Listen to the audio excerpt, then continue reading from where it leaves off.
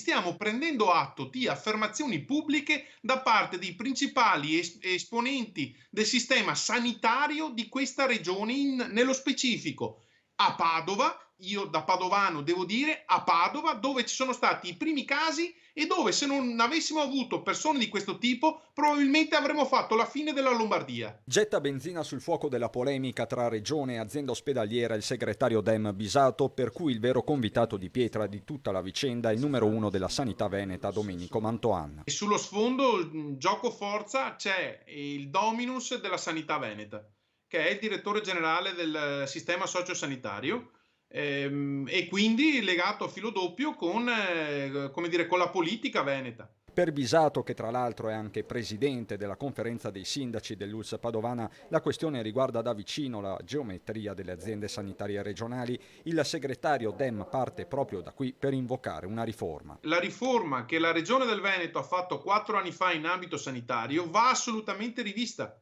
perché non è possibile pensare che ci siano delle ULSS da 1 milione di abitanti, ULSS e azienda ospedaliera, quindi Padova e Verona, 1 milione di abitanti, e ci siano ULSS da 200.000 abitanti, che sono rimasti tale e quali come erano. E non manca una proposta, quella di trasformare la conferenza stampa quotidiana di Zaia in un appuntamento allargato anche all'opposizione. Io chiedo adesso, lo chiedo pubblicamente, i prossimi giorni in conferenza stampa, alla fine, quando parla l'assessore di riferimento o qualcun altro, si faccia fare delle domande ai capigruppo di minoranza, che emergano anche altri temi, altrimenti questa è una dittatura, non è più una democrazia.